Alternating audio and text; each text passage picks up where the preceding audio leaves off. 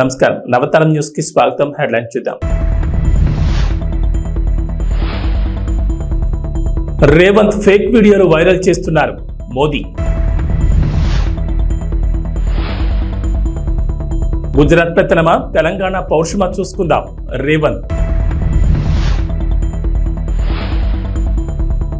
కూటమి మేనిఫెస్టో అంతా మోసం, సీఎం జగన్. తెలంగాణలో డబుల్ ఆర్ ట్యాక్స్ తీసుకొచ్చారు. డబుల్ ఆర్ ట్యాక్స్ పై విస్తృత చర్చ జరుగుతోంది. వ్యాపారులు, కాంట్రాక్టర్లు ఆర్ఆర్ ట్యాక్స్ కడుతున్నారు. డబుల్ ఆర్ ట్యాక్స్ తో నల్లధనం ఢిల్లీకి చేరుతోంది. ఆర్ఆర్ ఎవరో మీకు ఇప్పటికే అర్థమై ఉంటుంది. ఆర్ఆర్ ట్యాక్స్ ను అడ్డుకోకపోతే సర్వనాశనం తప్పదు అంటూ ప్రధానమంత్రి నరేంద్ర మోడీ రేవంత్ రెడ్డిని టార్గెట్ గా ఫైర్ అయ్యారు. జహీరాబాద్ బీజేపీ విజయ సంకల్ప సభలో పాల్గొన్న ప్రధాని మోడీ బీఆర్ఎస్, కాంగ్రెస్ పై ఫైర్ అయ్యారు. కాళేశ్వరం ప్రాజెక్టు పేరుతో బీఆర్ఎస్ పెద్ద స్కామ్ చేసిందన్నారు. కాళేశ్వరం అవినీతిపై విచారణ చేస్తామని కాంగ్రెస్ మాట తప్పిందంటూ విమర్శించారు. ఓటుకు నోటు కేసును గతంలో బీఆర్ఎస్ తొక్కిపెట్టిందని, కాళేశ్వరం స్కామ్ ని కాంగ్రెస్ తొక్కిపెడుతోందని ఆరోపించారు. సార్వత్రిక ఎన్నికలు ముగిసిన తర్వాత కేసీఆర్ భాజపాతో పొత్తు పెట్టుకోబోతున్నారని సీఎం రేవంత్ రెడ్డి ఆరోపించారు. భారత్కు ఒక్క సీటు వేసినా అది వృధానే అవుతుందని అన్నారు. కారు కార్ఖానాకు పోయిందని, దానిని బజార్లో తోకానికి అమ్మాల్సిందేనని వ్యాఖ్యానించారు. భూపాలపల్లి జిల్లా రేకొండలో నిర్వహించిన జనచేతన సభలో రేవంత్ ప్రసంగించారు. వరంగల్ పట్టణానికి ఔటర్ రింగ్ రోడ్, ఎయిర్పోర్ట్ రాకుండా మోడీ అడ్డుకున్నారని విమర్శించారు. ఏపీలో విపక్ష ఎన్డీఏ కూటమి ఉమ్మడి మేనిఫెస్టో ఇవాళ విడుదల చేసింది. అయితే అనుకున్న సమయం కంటే దాదాపు 3 గంటల ఆలస్యంగా ఇది విడుదలైంది. ఈ కార్యక్రమంలో విపక్ష కూటమిలో విభేదాలు బయటపడ్డాయి. ముఖ్యంగా చంద్రబాబు, పవన్ కళ్యాణ్ మేనిఫెస్టో పట్టుకుంటే అక్కడే ఉన్న బీజేపీ జాతీయ నేత సిద్ధార్థనాథ్ సింగ్ అక్కడికి వచ్చినా దూరంగా ఉండిపోయారు. అంతేకాదు, ప్రధాని మోడీ ఫోటో కూడా మేనిఫెస్టోలో కనిపించలేదు. ఈ నేపథ్యంలో ఎన్డీఏ మేనిఫెస్టో విడుదలపై సీఎం వైఎస్ జగన్ స్పందించారు. బీజేపీ అధిష్టానం ఆదేశాలతోనే ప్రధాని మోడీ ఫోటో ఎన్డీఏ మేనిఫెస్టోపై లేకుండా పోయిందన్నారు. చంద్రబాబు, పవన్ మేనిఫెస్టోపై మోడీ ఫోటో పెట్టొద్దంటూ బీజేపీ అధిష్టానం చంద్రబాబుకు ఫోన్ చేసిందని జగన్ తెలిపారు. దీంతో చంద్రబాబు మేనిఫెస్టో అంతా మోసమని తేలిపోయిందన్నారు. అలాంటి మేనిఫెస్టోపై మోడీ ఫోటో వేసేందుకు బీజేపీ అంగీకరించలేదన్నారు. ఇచ్చిన ఈ మేనిఫెస్టోను ఒక బైబిల్గా, ఒక ఖురాన్గా, ఒక భగవద్గీతగా దీన్ని భావిస్తూ దీన్ని ఇంప్లిమెంట్ చేసిన పరిస్థితులు, దీన్ని ఇంప్లిమెంట్ చేసిన విధానం బహుశా దేశ చరిత్రలోనే ఈ 58 నెలలు అన్నది చిరస్థాయిగా చరిత్రలో ఎప్పటికీ కూడా నిలిచిపోతాయి. 2019లో ఇచ్చిన ఈ వాగ్దానాలన్నీ కూడా ఎంతో నిష్ఠగా మనం అమలు చేశాం. ఏ స్థాయిలో ఇది అమలు చేశాము అని అంటే, ఈ మేనిఫెస్టో అన్నది ప్రతి ప్రభుత్వ కార్యాలయంలో ఉన్న ప్రతి ఇంపార్టెంట్ అధికారి దగ్గర ఈ మేనిఫెస్టో ఉంది. ఏ స్థాయిలో ఇది అమలు చేశాము అని అంటే, ఈ మేనిఫెస్టో అన్నది రాష్ట్రంలో ఉన్న ప్రతి ఇంట్లో కూడా ఉంది. అంటే అన్నిసార్లు ఈ మేనిఫెస్టో వాళ్ళ ఇళ్ళకు పంపించాం. ప్రతి సంవత్సరం తర్వాత ఇదిగో ప్రోగ్రెస్ రిపోర్ట్, ఇదిగో అక్క, ఇదిగో చెల్లెమ్మ, ఇదిగో ప్రోగ్రెస్ రిపోర్ట్, ఇదిగో మా మేనిఫెస్టో, చెప్పినటువన్నీ మీరే టిక్ చేయండి అని మొట్టమొదటి సంవత్సరంలో 88%, 85%, 86% మొట్టమొదటి సంవత్సరంలో టిక్కు పెడితే చివరికి వచ్చేసరికి 99.5%, 99 ఎంత దాని నుంచి ఎంత 99 చివరికి వచ్చేసరికి దాదాపు 99% పైచిలుకు 99% పైచిలుకు మేనిఫెస్టోను మనం ఇంప్లిమెంట్ చేసి ప్రజల చేతుల్లో ఇచ్చిన పరిస్థితి. ఇలా ఈ మేనిఫెస్టోను ప్రతి ఇంట్లో కూడా చేర్చిన పరిస్థితులు ఎప్పుడైనా ఉన్నాయి, ఏదైనా ప్రభుత్వం చేసింది అని అంటే అది కూడా ఈ 58 నెలల కాలంలోనే జరిగిందని కూడా చెప్పడానికి గర్వపడతా ఉన్నా. నవరత్నాల పాలనకు నిజంగా అర్థం చెబుతూ ఏకంగా ఈ 58 నెలల కాలంలోనే, ఈ 58 నెలల కాలంలోనే ఏకంగా 2,70,000 కోట్ల రూపాయలు, మళ్ళా రిపీట్ చేస్తా ఉన్నా, ఏకంగా 2,70,000 కోట్ల రూపాయలు డిబిటీగా, అంటే నేరుగా నా అక్క చెల్లెమ్మల కోసం నేను బటన్ నొక్కడం, నా అక్క చెల్లెమ్మల కుటుంబాల ఖాతాల్లోకి నేరుగా డబ్బులు వెళ్ళిపోవడం. నేరుగా వారి చేతికి అది అందడం, ఇదొక హిస్టరీ. 2,70,000 కోట్ల రూపాయలు ఈ మాదిరిగా నా అక్క చెల్లెమ్మలకు దేవుడి దయతో మంచి చేయగలిగాం.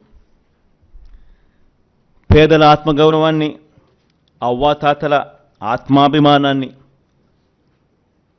ఎరిగిన వాడిగా వాళ్ళ ఇంటికి ఈ పథకాలన్నీ డోర్ డెలివరీ చేసిన పరిస్థితులు కూడా ఈ 58 నెలల కాలంలోనే. రాజ్యాంగ మార్పుపై కొంతకాలంగా భాజపా కాంగ్రెస్ల నడుమ మాటల యుద్ధం జరుగుతోంది. దీనిపై కాంగ్రెస్ అగ్రనేత రాహుల్ గాంధీ మరోసారి స్పందించారు. కేంద్ర మంత్రి అమిత్ షాపై విమర్శలు గుప్పించారు. మన రాజ్యాంగాన్ని మార్చే శక్తి ఈ ప్రపంచంలోని ఎవరికీ లేదంటూ మండిపడ్డారు. భాజపా మరోసారి అధికారంలోకి వస్తే రాజ్యాంగాన్ని మారుస్తుందని ఆయా సందర్భాల్లో ఆ పార్టీ నేతలు స్పష్టంగా చెప్తున్నారు.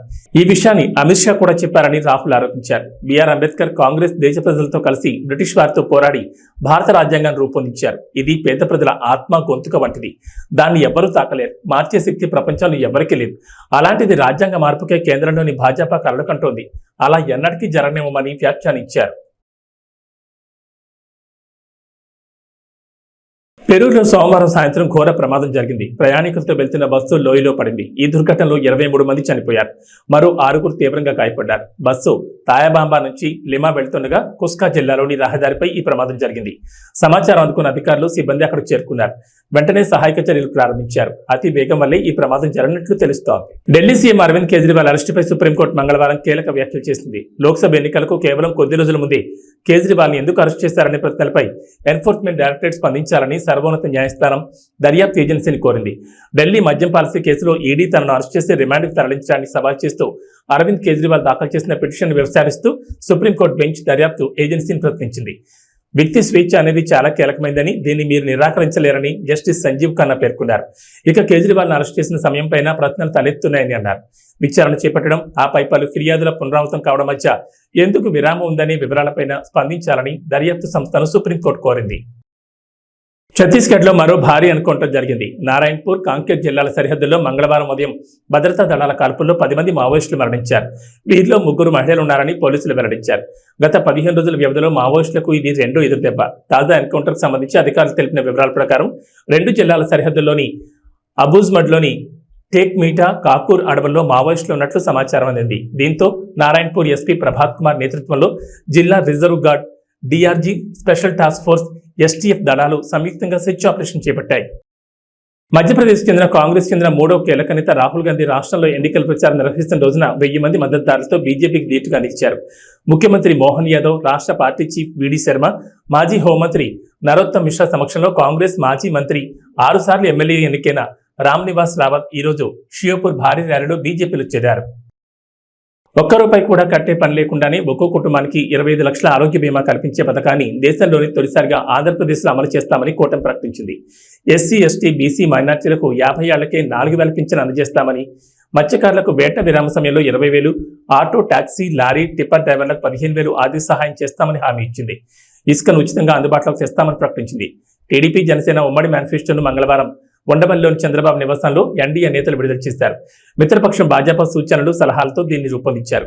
టీడీపీ అధినేత చంద్రబాబు, జనసేన అధ్యక్షుడు పవన్ కళ్యాణ్, భాజపా రాష్ట్ర ఎన్నికల సహాయ ఇన్ఛార్జ్ సిద్ధార్థనాథ్ సింగ్ ఈ కార్యక్రమంలో పాల్గొన్నారు. తెలుగుదేశం పార్టీకి, జనసేన పార్టీకి వారి యోగంలో వచ్చిన రిప్రజెంటేషన్స్, అలాగే జనవాణి కార్యక్రమంలో వచ్చిన వినతులు కానీ, ఆన్లైన్లో వచ్చిన సూచనలు కానీ, అందరికీ 2 పార్టీలకు వచ్చిన సూచనలని క్రోడీకరించి ఈ మేనిఫెస్టో తయారు చేయడం జరిగింది. ముఖ్యంగా రాష్ట్ర ప్రజల నేటి అవసరాలను తీరుస్తూ రేపటి ఆకాంక్షలకు సాకారం చేసే ఈ మేనిఫెస్టోని కూటమి ప్రభుత్వం పరిశుభ్రంగా దీన్ని అమలు చేస్తుంది. దీంట్లో ముఖ్యమైన అంశాలు ఏమేమి తీసుకున్నామంటే, ఆంధ్రప్రదేశ్ ప్రజల భవిష్యత్తు ఆల్మోస్ట్ కత్తి మొనపైన వేలాడుతూ ఉంది. ప్రపంచంలోనే అత్యంత శక్తివంతమైన తెలుగు జాతి నేడు ఆంధ్రప్రదేశ్ పరిస్థితిని చూసి తలదించుకుంటుంది. లూటీ కోసమే 13 లక్షల కోట్లు అప్పు చేసి రాష్ట్ర ఆర్థిక వ్యవస్థను దివాళా తీయించారు. గత 5 ఏళ్లుగా అన్ని రంగాల్లో రాష్ట్రం తిరోగామి దిశలో పయనిస్తున్నది. సమాజంలో ఎటు చూసినా అభద్రత, అశాంతి, హత్యలు, ఆత్మహత్యలు కనిపిస్తున్నాయి. ధరలు, పన్నులు, ఛార్జీలు, అప్పుల బాధుడితో ఒక్కో కుటుంబం పైన దాదాపు 8 లక్షల భారం మోపారు. 10 రూపాయలు ఇచ్చి 100 రూపాయలు కొట్టేస్తూ పొద్దున్నే పథకం కింద డబ్బులు ఇచ్చి సాయంత్రం సారా కింద పట్టుకెళ్ళిపోయే ఈ ప్రభుత్వం చేస్తూ ఉన్నారు. పట్టభద్రుల నిరుద్యోగంలో 24%, దేశంలోనే ఏపీ మొదటి స్థానంలో ఉంది. రైతుల ఆత్మహత్యల్లో 3వ స్థానంలో, 18 ఏళ్లలోపు బాలికలపై జరుగుతున్న అత్యాచారాల్లో 2వ స్థానంలో ఉంది. పోలవరం నదుల అనుసంధానాన్ని గోదాట్లో ముంచేశారు. సంపద సృష్టి, ఉపాధి కల్పనా కేంద్రమైన ప్రజా రాజధాని అమరావతిని విధ్వంసం చేశారు. SC, ST, BC, minority sub plan నిధుల్ని 1,00,000 కోట్లు దారి మళ్లించారు. ఇక అన్నా క్యాంటీన్లు కానీ, నిరుద్యోగ భృతి కానీ, పండగ కానుకలు లాంటి 100కి పైగా తెలుగుదేశం ప్రభుత్వ సంక్షేమ కార్యక్రమాలు రద్దు చేశారు. ముఖ్యంగా గత కొద్ది రోజులుగా నేను మాట్లాడుతాను ల్యాండ్ టైటిలింగ్ యాక్ట్ పేరు మీద. పట్టా పుస్తకాల మీద ఆంధ్రప్రదేశ్ రాజముద్ర తీసి జగన్ ఫోటో వేయించుకొని తన అచ్చరాకైన పనులు చాలా చేస్తూ లక్షలాది ఎకరాల ల్యాండ్ టైటిలింగ్ యాక్ట్ పేరు మీద లక్షలాది ఎకరాలని ప్రజల ఆస్తుల్ని కబ్జా చేస్తున్నారు. ల్యాండ్, శాండ్, వైన్, మైన్, గంజాయి, డ్రగ్స్, ఎర్రచందనం, రేషన్ బియ్యం మాఫియాలతో దాదాపు 8 లక్షల కోట్ల ప్రజాధనాన్ని కొల్లగొట్టారు. స్థానిక సంస్థల ఎన్నికల్లో బీసీ రిజర్వేషన్లని 10% కోత కోసి 16,800 రక్కి రాజ్యాంగ పదవులకి బీసీలకి దూరం చేశారు. విషపూరిత మద్యం పోసి 35 లక్షల మంది ఆరోగ్యాలు నాశనం చేశారు. 30,000 మంది ప్రాణాలు తీసి వారి భార్యలకి పసుపు తాడులు మంట కలిపారు. గృహ నిర్మాణం పేరుతో పేదల్ని అప్పుల పాలు చేశారు. ప్రశ్నించిన ప్రతిపక్షాలు ఎస్సీ, ఎస్టీ, బీసీ, మైనారిటీలని 600 మందిని హత్య చేశారు. వివేకానంద రెడ్డి గారి హంతకుల్ని ఇంకా కాపాడుతూనే ఉన్నారు. స్థానిక సంస్థలకు కేంద్రం ఇచ్చిన 12,000 కోట్ల రూపాయలని దారి మళ్లించారు. గ్రామ పట్టణాభివృద్ధిని దెబ్బతీశారు దారి మళ్లించి. ఈ విధ్వంస పరిస్థితులను చక్కదిద్ది రాష్ట్రాన్ని గాడిలో పెట్టేందుకే ఎన్నికల రూపంలో ఒక అవకాశం మన ముందుకు వచ్చింది. ఈ విధ్వంస పాలన సాగనంపి స్వర్ణాంధ్రను నిర్మించుకోవడానికే మా కూటమి అభ్యర్థులకి ఘన విజయం చేకూర్చాల్సిన అవసరం ప్రతి ఓటరు పైన ఉన్నదని విజ్ఞప్తి చేస్తున్నాం. తెలుగుదేశం పార్టీ చేసిన సూపర్ 6, అలాగే జనసేన ప్రతిపాదించిన షణ్ముఖ వ్యూహం, ఈ మూడిటితో కలిపి ముందుగా మేము 12తో ప్రారంభించి ఈరోజు సంపూర్ణంగా అన్ని ఎస్సీ, ఎస్టీ, అన్ని రకాల వర్గాలకి, ముస్లిం మైనారిటీలకి, క్రిస్టియన్లకి, అన్ని సంఘాల వాళ్ళకి, అన్ని రంగాల వాళ్ళకి చాలా సమగ్రంగా ఏర్పడిన కూటమి ఇది మన ఈ మేనిఫెస్టో. ఇది ముఖ్యంగా దీంట్లో నేను మీ దృష్టికి తీసుకొచ్చేది యువతకి 20 లక్షల ఉద్యోగాలు ఈ 5 సంవత్సరాల్లో, అలాగే నెలకి మనకి 3,000 రూపాయలు నిరుద్యోగ భృతి, స్కూల్కి వెళ్ళే ప్రతి విద్యార్థికి ఏడాదికి 15,000 రూపాయలు, ప్రతి రైతుకి ఏటా 20,000 ఆర్థిక సాయం, ప్రతి మహిళకి నెలకి 1,500 రూపాయలు, 19 సంవత్సరాల నుంచి 59 సంవత్సరాల వరకు, ప్రతి ఇంటికి ఏడాదికి ఉచితంగా 3 గ్యాస్ సిలిండర్లు, మహిళలకి ఉచిత బస్సు ప్రయాణం,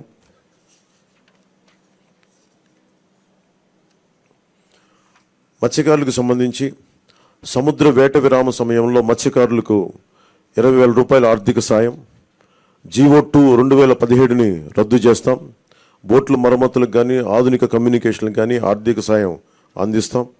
మాజీ మంత్రి వివేకానంద రెడ్డి హత్య కేసులో సీఎం జగన్ ఆయన సత్యమణి భారతిరెడ్డిని సిబిఐ ఎందుకు విచారించలేదని వివేక కుమార్తె సునీత ప్రశ్నించారు. పులివెందులలో వివేక హత్య జరిగిన ఇంట్లోనే మంగళవారం మీడియా సమావేశం ఏర్పాటు చేసి ఘటన రోజు పరిణామాలు, తర్వాత దర్యాప్తు వెలుగులోకి వచ్చిన వివరాలపై పవర్ పాయింట్ ప్రజెంటేషన్ ఇచ్చారు. తాను చెబుతున్నవన్నీ దర్యాప్తు వివరాలకు దగ్గరగా ఉన్నవేనని వివరించారు.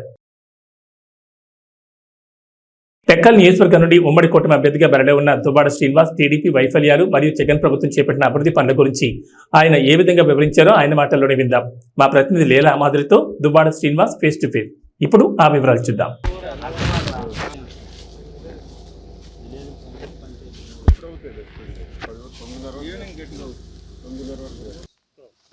శ్రీకాకుళం జిల్లా టెక్కల్ నియోజకవర్గం నుంచి వైఎస్ఆర్సీపీ అభ్యర్థిగా దువ్వాడ శ్రీనివాసరావు గారు తన నియోజకవర్గమైన మదనాపురంలో ప్రచారం కొనసాగిస్తున్నారు. అక్కడ ప్రజల స్పందన ఎలా ఉంది, అసలు సార్ ప్రచారం ఎలా కొనసాగుతుంది అనేది సార్ని అడిగి తెలుసుకుందాం. సార్ చెప్పండి, గతంలో మీరు ఎంపీగా పోటీ చేశారు, ఇప్పుడు ఎమ్మెల్యేగా పోటీ చేయబోతున్నారు. అప్పటికి ఇప్పటికీ ఉన్న డిఫరెన్స్ ఏంటి, అసలు ప్రజల్లో స్పందన ఎలా ఉంది అనేది చెప్తారా? ఎంపీగా కూడా ఆ రోజు గెలుపు నాదే, నైతికంగా గెలుపు నాది. ఎందుకంటే నా మీద 6,000 మెజార్టీ, అంటే ఒక 3,100 ఓట్లు వస్తే ఆ రోజు నేను గెలుస్తాను. దానికి కారణం పోస్టల్ బ్యాలెట్ ఆ రోజు లెక్కించలేదు, టెక్నికల్ ప్రాబ్లమ్స్తో పెట్టి పక్కన పెట్టేశారు, రిక్ చేశారు కొన్ని బూతులు. ఇవన్నీ కలిపి జస్ట్ 3000 డిఫరెన్స్ తప్ప ఆ రోజు నైతికంగా గెలుపు మాదే. 1,24,000 మెజార్టీతో గెలిచిన రామ్మోహన్ నాయుడు 2019 వచ్చేటప్పటికి 6,000 మెజార్టీకి దిగజారు. ఈసారి ఖచ్చితంగా రామ్మోహన్ నాయుడు అడ్డంగా పోతాడు, ఇంక తిరుగుండదు. మా టెక్కల్ కాన్స్టిట్యున్సీకి వచ్చేటప్పటికి 25,000 మెజార్టీతో గెలుస్తాం. ఇక్కడ మా గెలుపు నల్లేరు మీద నడక. ఎందుకంటే మేము చేసిన మా ప్రభుత్వంలో జగన్మోహన్ రెడ్డి గారు చేసినటువంటి అభివృద్ధి, స్వాతంత్ర్యం వచ్చి 75 ఏళ్ళు అయింది. 75 ఏళ్ళు అవుతూ తెలుగుదేశం పార్టీ ఆవిర్భవించి 40 ఏళ్ళు అయింది. ఆ 75 ఏళ్లలో కానీ ఈ 40 ఏళ్లలో కానీ శ్రీకాకుళం జిల్లాకు అత్యంత ఎక్కువగా నిధులు వచ్చిన సందర్భం రెండు సందర్భాలు. ఒకటి జలగం వెంగళరావు గారు ముఖ్యమంత్రిగా ఉండేటప్పుడు 72లో ఫౌజ్దారికి 800 కోట్లు వచ్చింది. డాక్టర్ వైఎస్ రాజశేఖర రెడ్డి గారు ముఖ్యమంత్రిగా ఉండేటప్పుడు 1000 కోట్లు వచ్చింది. That's all. ఆ తర్వాత మనకి అత్యంత ఎక్కువ స్థాయిలో నిధులు వచ్చినటువంటి చరిత్ర ఎప్పుడూ లేదు. కానీ జగన్మోహన్ రెడ్డి గారు ముఖ్యమంత్రి అయిన తర్వాత ఈ టెక్కలి నియోజకవర్గంలో 7,000 కోట్ల రూపాయల నిధులు తీసుకొచ్చాం. అభివృద్ధి కోసం, సంక్షేమం కోసం, పారిశ్రామికీకరణ కోసం. అంటే వలసలకు మాత్రమే పరిమితమైనటువంటి ఈ జిల్లా బిడ్డను చేత పట్టుకొని, పొట్ట చేత పట్టుకొని కూలి పనులకు వెళ్ళి హైదరాబాద్, నెల్లూరు, కర్నూలు, మద్రాసు ప్రాంతాలకు కూలికి వెళ్ళి బ్రతికే కూలి బ్రతుకులు ఈ శ్రీకాకుళం జిల్లా. వలస జీవితాలు. ఎన్నాళ్ళు ఈ వలసలు? ఎందుకు మన ప్రాంతంలో బ్రతకూడదు? మన ప్రాంతంలో ఎందుకు పరిశ్రమలు లేవు? ఎన్నాళ్ళు పడుతుంది ఇంకే పరిశ్రమలు రావడానికి? 75 ఏళ్ళు చాలదా? తెలుగుదేశం పార్టీ ఆవిర్భవించి 40 ఏళ్ళు కూడా ఇంకా చాలదా? ఎన్నాళ్ళు ఈ ఊడిగం చేస్తాం? జగనన్న ఆలోచించారు. ఎట్టి పరిస్థితుల్లో కూడా శ్రీకాకుళం నుంచి ఇక వలసలు ఉండకూడదు. ఇక్కడి వారు ఇక్కడే పనిచేసుకునేటట్టు, ఆత్మగౌరవంతో గౌరవంగా ఇక్కడే బ్రతికేటట్టు ఉండాలి అంటే పరిశ్రమలు రావాలి అంటే దానికి ఆ వాతావరణాన్ని క్రియేట్ చేయాలి. ఆల్రెడీ ఇక్కడ 6 లైన్ ఉంది, రైల్వే ట్రాక్ ఉంది మద్రాసు వరకును. ఇక్కడ ఒక నౌకాయానం పోర్టు పెడితే బాగుంటుందని మూలపేట గ్రీన్ఫీల్డ్ పోర్టు ఏర్పాటు చేయడం జరిగింది. దానికి 4,361 కోట్ల రూపాయలు శాంక్షన్ అవ్వడం జరిగింది. ఆల్రెడీ పోర్టు 70% పూర్తి అయిపోయింది. ఏడాదిలోనే షిప్ తెస్తామని చెప్పాం, ఏడాదిలోగా షిప్ తీసుకొచ్చాం అక్కడికి. మరొక 4-5 నెలల్లో ఈ పోర్టుని జాతికి అంకితం చేస్తాం. ఆ పోర్టుని ఎప్పుడైతే ఫినిష్ చేస్తామో 20,000 మందికి ఉద్యోగాలు వస్తాయి. ఆ 20,000 మంది కూడా మొట్టమొదటిగా టెక్కలి నియోజకవర్గానికి చెందిన వాళ్ళు, తర్వాత శ్రీకాకుళం, తర్వాత ఉత్తరాంధ్ర. ఈ ప్రాంతంలో ఉండే ప్రతి నిరుద్యోగికి కూడా ఇక్కడ మూలపేట పోర్టులో అవకాశం వస్తుంది. ఉత్తరాంధ్రకే మూలపేట గ్రీన్ఫీల్డ్ పోర్ట్ ఒక మణిహారంగా మారుతుంది. ప్రపంచంలో ది బెస్ట్ పోర్ట్స్లో ఎన్ని ఉన్నాయైతే అందులోకి చేరబోతుంది. ఎందుకంటే 19 మీటర్స్ డెప్త్ అనమాట, డీప్ సీ వాటర్స్. మంచి పోర్టుగా ఇది ఎదగబోతుంది. ఈ ప్రాంతం కూడా టెక్కలి ఒక పారిశ్రామిక వాడగా మారబోతుంది, ఒక ముంబై నగరంలా మారబోతుంది ఒక 3-4 సంవత్సరాల్లోనే. దీనికి కారణం జగన్మోహన్ రెడ్డి గారు వేసినటువంటి అడుగులు. పోర్టు కారణంగా ఈ ప్రాంతమే పరిశ్రమలతో నిండడం వల్ల సుమారు ఒక 50,000 మందికి ఉద్యోగాలు పరిశ్రమలు, పోర్టు కలిపి ఇప్పించడానికి మేము ప్రణాళిక సిద్ధం చేసాం. ఆ దశలో అడుగులు వేసి ఈరోజే దానికి స్పీడ్ చేసేసాం. పనులు కూడా జరిగిపోతున్నాయి. సంక్షేమం ఒకవైపు, అమ్మఒడి, రైతు భరోసా, చేయూత, జగనన్న విద్యా దీవెన, జగనన్న వసతి దీవెన, ఆరోగ్యశ్రీ, వైఎస్ఆర్ ఆరోగ్య ఆసరా, నాయబ్రాహ్మణులు, ఆటో రిక్షాలు, ఇలా చెప్పుకుంటూ పోతే చాంతాడంత లిస్టు పథకాలు. ఈ పథకాలన్నీ కలిపి ఒక్క టెక్కల్ నియోజకవర్గానికే 1,600 కోట్లు ఇచ్చాం. ప్లస్ ఆఫ్షోర్ రిజర్వాయర్ నందిగామ మండలంలో డాక్టర్ వైఎస్ రాజశేఖర రెడ్డి గారు శంకుస్థాపన చేస్తే, తర్వాత తెలుగుదేశం ప్రభుత్వం వచ్చి రాష్ట్ర విభజన తర్వాత పూర్తిగా విస్మరిస్తే దాన్ని ఇప్పుడు పూర్తి చేస్తున్నాం. మొత్తంగా 7,000 కోట్లు, అదొక 900 కోట్లు. మొత్తంగా 7,000 కోట్లు జిల్లా చరిత్రలో ఇది మొదటిసారి. ఇది కాక టెక్కలి ముఖద్వారంగా కిడ్నీ రోగాలు ఉన్నాయి, దాన్ని పూర్తిగా నిర్మూలించడానికి పలాసలో ఒక కిడ్నీ రీసెర్చ్ సెంటర్, ఒక కిడ్నీ ఆసుపత్రి, హిరమండలం దగ్గర నుంచి త్రాగునీరు, ఇదంతా కలిపి 700 కోట్ల రూపాయలు. మా డివిజన్కి 8,000 కోట్ల రూపాయలు తెచ్చిన మొదటి సందర్భం. నేను ఒక్క మాట అడుగుతున్నాను, మా గెలుపు కారణాలు ఇవి. మరి తెలుగుదేశం పార్టీ ఆవిర్భావం నుంచి 40 ఏళ్ల చరిత్రలో ఎర్రంనాయుడు కేంద్ర మంత్రిగా ఉన్నాడు, అచ్చెన్నాయుడు రాష్ట్ర క్యాబినెట్లో ఉన్నాడు, రామ్మోహన్ నాయుడు 10 సంవత్సరాలు ఎంపీ చేశారు. ఏం చేశారో నేను చెప్పినట్టు ఒకటి చెప్పానండి. నేను ఈరోజు ఓడిపోయాం. మీరు అడిగినట్టే, మీరు ప్రారంభంలో అడిగారు ఎంపీ గురించి. ఎంపీగా ఓడిపోయాను, ఎమ్మెల్యేగా ఓడిపోయాం. జగనన్న ప్రభుత్వం ఉంది, మా ప్రభుత్వం ఉంది. ఆ ప్రభుత్వంలో భాగస్వాములైనటువంటి మేము జగనన్నతో ఇన్ని వేల కోట్లు టెక్కలికి తెచ్చాం. మరి తెలుగుదేశం ప్రభుత్వంలో ఎమ్మెల్యేలుగా, మంత్రులుగా ఉన్నారు, ఏం తెచ్చారో చెప్పాలి. ఒక్క నిరుద్యోగ సమస్య తీర్చారా? ఒక్క ఎకరాకు సాగునీరు అందించారా? దమ్ముంటే అచ్చెన్నాయుడికి మేము ఇది చేసాం ఈ జిల్లాకని ఒకటి చెప్పమనండి. అసలు అచ్చెన్నాయుడికి టెక్కల్లో నామినేషన్ వేసే అర్హత లేదు. ఎందుకంటే ఒకటి ఏం చేయలేదు, 2 5 ఏళ్ళు అయింది అచ్చెన్నాయుడు ఎక్కడున్నాడో కూడా తెలియదు.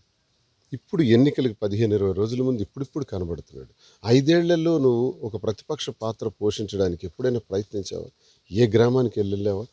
నువ్వు మంత్రిగా ఉండేటప్పుడు రాయవలస కార్మిక శాఖ మంత్రిగా ఉండేటప్పుడు రాయవలస ఫ్యాక్టరీని మూసేసినవే. భావనపాడు పోర్టు పేరుతో 15,000 ఎకరాలు భూ కబ్జా చేయాలని, ల్యాండ్ బ్యాంక్ చేయాలని చూసారే. ల్యాండ్ మీద ఉన్న దృష్టి పోర్టు మీద లేదు. టెక్కల్లోనూ నడి రోడ్డును ఉన్నటువంటి ఆర్టీసీ కాంప్లెక్స్ స్థలాన్ని 3 ఎకరాలని 49 సంవత్సరాలకి లీజుకు రాయించుకొని అది కాజేయాలని చూసారా? ఏంటి లంచాలు, రౌడీయిజం, గూండాయిజం, భూ కబ్జాలు? చెప్పండి. మేము అధికారంలో. కడప జిల్లా పోరుమామిడి మండలంలోని కొర్రపాటిపల్లి గ్రామ పంచాయతీలో టీడీపీ, జనసేన, బీజేపీ ఉమ్మడి కూటమి తరఫున పోటీ చేస్తున్న బద్వేల్ బీజేపీ అభ్యర్థి బొజ్జ రోషన్ను భారీ మెజార్టీతో గెలిపించాలని రంగసముద్రం ఎంపీటీసీ కలవకూరి రమణ మరియు పార్టీ కార్యకర్తలు ఇంటింట ప్రచారం నిర్వహించారు. ఈ సందర్భంగా మాట్లాడుతూ ప్రజలకు అందుబాటులో ఉండి ప్రజాసేవకు కూటమి అభ్యర్థి బొజ్జ రోషన్న బీజేపీ తరఫున పోటీ చేస్తున్నారని, ప్రజలను ఆయన ఆదరించి ఓట్లు వేసి భారీ మెజార్టీతో గెలిపించాలని కోరారు. ఈ కార్యక్రమంలో పార్టీ నాయకులు, కార్యకర్తలు పాల్గొన్నారు.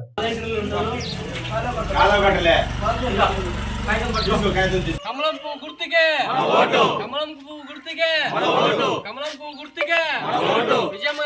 ఈరోజు కొర్రపాటిపల్లెలో మన బొజ్జ రోషన్న గారికి కమలం పువ్వు గుర్తుపైన ఓటేసి అత్యధిక మెజార్టీ తీసుకురావాలని చెప్పి క్యాన్వాస్ చేయడం జరిగింది. ఈ క్యాన్వాస్ మన మల్లికార్జున్ గారు, సచ్చిరెడ్డి గారు, అల్లూరయ్య గారు, సిద్ధయ్య గారు, మహేంద్ర గారు, శ్రీనివాసులు గారు, పీరయ్య గారు, పెద్ద పీరయ్య గారు వీళ్ళ ఆధ్వర్యంలో క్యాన్వాస్ విజయవంతంగా నిర్వహించడం జరిగింది. ప్రజల్లో స్పందన చాలా అద్భుతంగా ఉంది. మన బద్వేల్ నియోజకవర్గంలో బొజ్జ రోషన్న గారి విజయం తథ్యం. మెజారిటీ కోసమే మేము చూస్తున్నాం. ఖచ్చితంగా చంద్రబాబు నాయుడు గారు ఈ రాష్ట్రానికి ముఖ్యమంత్రి కూటమి తరపున ముఖ్యమంత్రి కాబోతున్నారు. చంద్రబాబు నాయుడు గారు ముఖ్యమంత్రి అయితే ముఖ్యంగా మహిళలకు అయితేనేమి చాలా మంచి పథకాలు ఉన్నాయి. అదేవిధంగా ఈ గవర్నమెంట్ వచ్చిన తర్వాత ప్రతిదీ కూడా అధిక రేట్లు పెంచి పేద మధ్యతరగతి వాళ్ళ నడ్డి విరిచారని చెప్పి ఈ సందర్భంగా నేను ఆరోపిస్తున్నాను. అదేవిధంగా చంద్రబాబు నాయుడు గారు గవర్నమెంట్ వస్తే పేదలే కాకుండా నిరుద్యోగ యువత అయితేనేమి, ఉద్యోగస్తులు అయితేనేమి అందరూ కూడా సంతోషంగా ఉంటారని చెప్పి ఈ సందర్భంగా తెలియజేస్తున్నాను.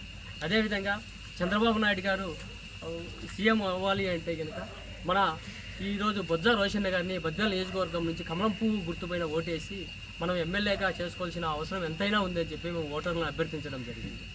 అదేవిధంగా ఈరోజు రాష్ట్రం జగన్మోహన్ రెడ్డి గారు రాష్ట్రాన్ని సచివాలయాలు అయితేనేమి, ఎక్సైజ్ శాఖ అయితేనేమి, ఇలా పార్కులు అయితేనేమి, ఇలా అనేక ఆస్తులు తాకట్టు పెట్టి డబ్బులు తీసుకొచ్చి ఈరోజు రాష్ట్రాన్ని అంధకారంలో ముంచాడని చెప్పి కూడా ఆరోపిస్తా ఉన్నారు.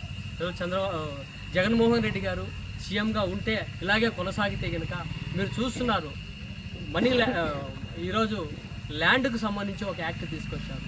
ఈ యాక్ట్కు సంబంధించి ఎన్నో మన ప్రజలైతేనేమి, రైతులైతేనే ఎన్నో ఇబ్బందులు ఎదుర్కొనే అవకాశాలు కూడా ఎన్నో ఉన్నాయని చెప్పి నేను తెలియజేస్తా ఉన్నా. అదేవిధంగా మన పాస్బుక్ల పైన, మన భూమి పైన ఆయన ఫోటో ఏంది, ఆయన పెత్తనం ఏంది అనేది కూడా నేను ఆరోపిస్తా ఉన్నా. కాబట్టి ఈ జగన్మోహన్ రెడ్డి గారికి బుద్ధి చెప్పాలి అంటే, జగన్మోహన్ రెడ్డి గారిని ఇంటికి పంపించాలంటే మనం ఖచ్చితంగా బొజ్జ రోషన్న గారికి కమలం పువ్వు గుర్తుపోయిన ఓటేసి ఎమ్మెల్యేగా చేసుకొని, అదేవిధంగా ఎంపీకి మన సైకిల్ గుర్తుకు భూపేశ్ రెడ్డి గారికి ఓటేసి ఎంపీగా చేసుకున్నామంటే కనుక మన చంద్రబాబు నాయుడు గారు సీఎం అవుతారు. చంద్రబాబు నాయుడు గారు సీఎం అయితే రాష్ట్రం నిజంగా సుభిక్షంగా ఉంటుంది.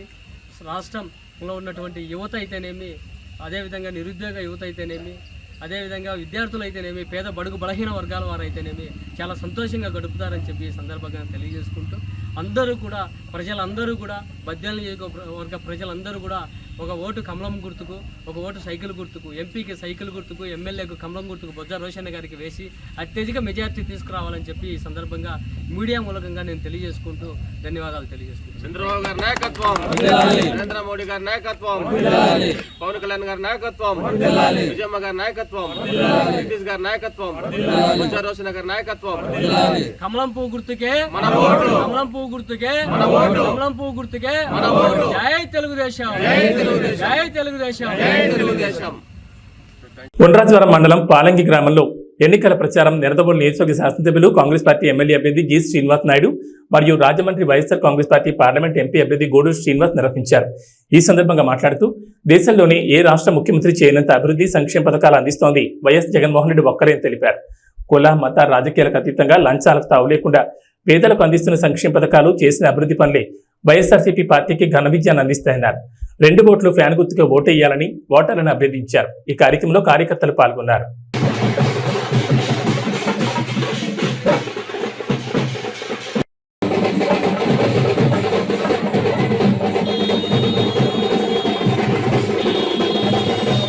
మన ఎంపీ అభ్యర్థి మా డాక్టర్ గూడూరు శ్రీనివాస్ గారు, మరి అదేవిధంగా మన సీనియర్ నాయకులు గొప్పల తమ్మయ్య గారు, అమ్మా అందరం కూడా కలిసి మీ దీవెనల కోసం మీ ఆశీర్వాదాల కోసం వచ్చామమ్మా. ఈ రోజు డాక్టర్ గూడూరు శ్రీనివాస్ గారు మన ఎంపీ అభ్యర్థిగా పోటీ పెడుతున్నారు రాజమండ్రి పార్లమెంట్ అమ్మా. నేను ఇక్కడ నిడదవోలు ఎమ్మెల్యేగా పోటీ పెడుతున్నామ్మా. 2 ఓట్లు ఇస్తారు ఎంపీ ఎమ్మెల్యే ప్రతి ఒక్కరికి అమ్మా. 2 ఓట్లు కూడా బాగున్నారా? నమస్తే అమ్మా. నమస్తే నమస్తే అమ్మా. బాగున్నారు?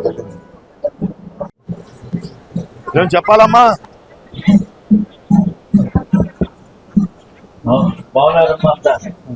ఎలా ఉన్నావు? Very good very good. ఓహో, నువ్వు నీ చేత్తో నీవు అందరికి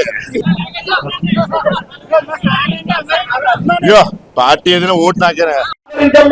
అమూల్యమైన పవిత్రమైన 2 ఓట్లు కూడా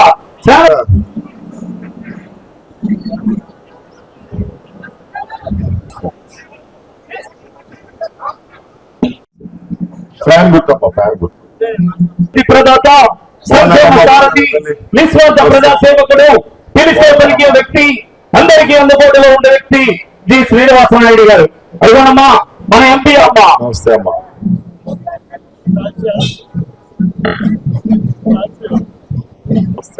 రాబోయే రోజుల్లో వాలంటరీ వ్యవస్థ ఇంటి మర్చిపోకుండా 2 ఓట్లు కూడా ఈ రోజు మన బ్యాలెట్ పేపర్ మీద లోపలికి వెళ్ళాక బ్యాలెట్ పేపర్ మీద 2 కూడా 3వ నెంబర్ ఉన్నాయి. ఎంపీ గారి 3వ బటన్ నొక్కాలి, ఎమ్మెల్యే గారు కూడా 3వ నెంబర్ బటన్ నొక్కాలి. ఏమో బాగున్నారా తల్లి?